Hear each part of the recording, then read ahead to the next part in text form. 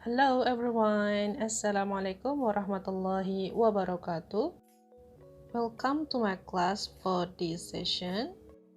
In this session, we will discuss about procedural text on chapter 4. The first part is definition atau pengertian dari procedural text. Secara umum, procedure text adalah sebuah atau suatu genre teks dalam bahasa Inggris yang menjelaskan tentang bagaimana langkah-langkah membuat sesuatu atau merangkai sesuatu.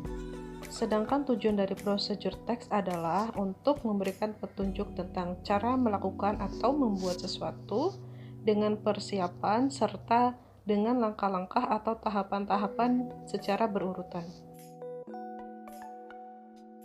The second part is generic structures of procedural text. Yang pertama adalah aim atau goal, yang berarti tujuan. Pada struktur pertama dari procedural text ini yang berupa aim, biasanya berisikan judul. Nah, judul dari procedural text biasanya bercirikan menggunakan kata how to, yang dilengkapi dengan misalkan kalian mau membuat resep kah atau merakit sesuatu. Misal, how to make an omelette, bagaimana cara membuat omelet.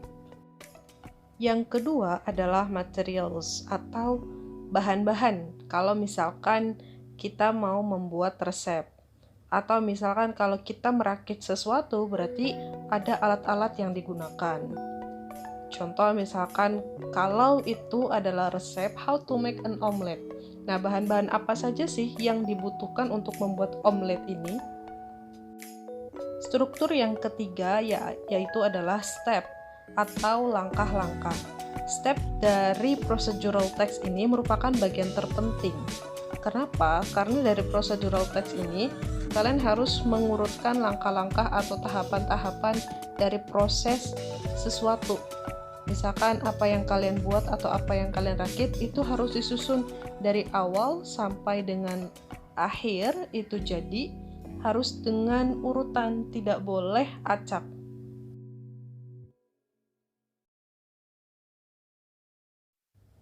The third session atau the third part adalah the characteristic of procedure text atau ciri-ciri dari procedure text.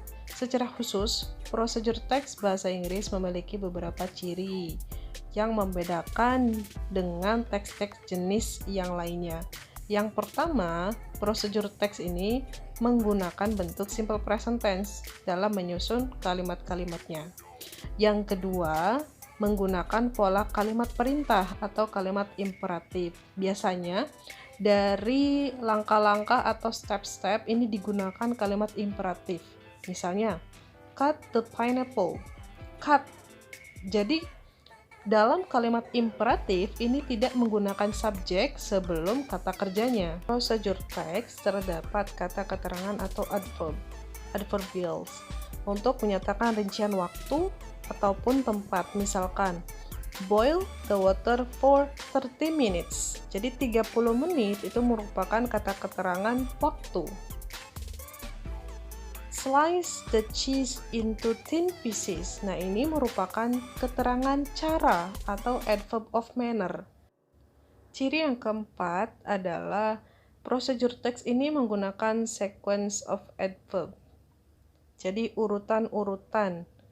Misalnya, first, pertama, second, kedua, next, selanjutnya, then, kemudian, and finally, akhirnya, atau terakhir. Untuk ciri yang kelima adalah procedure text juga menggunakan action verbs, misalnya slice, plug, crack, cut, dan lain-lain. Maksudnya adalah action verb ini merupakan kata kerja yang memiliki fungsi atau ada kegiatan yang dilaksanakan atau dilakukan. Jadi kesimpulannya adalah procedure text ini merupakan salah satu jenis teks yang digunakan ketika kita ingin membuat sesuatu atau merakit sesuatu, merangkai sesuatu yang harus menggunakan urutan-urutan yang memiliki struktur, judul, lalu ada bahan atau alat, dan juga step atau langkah-langkahnya.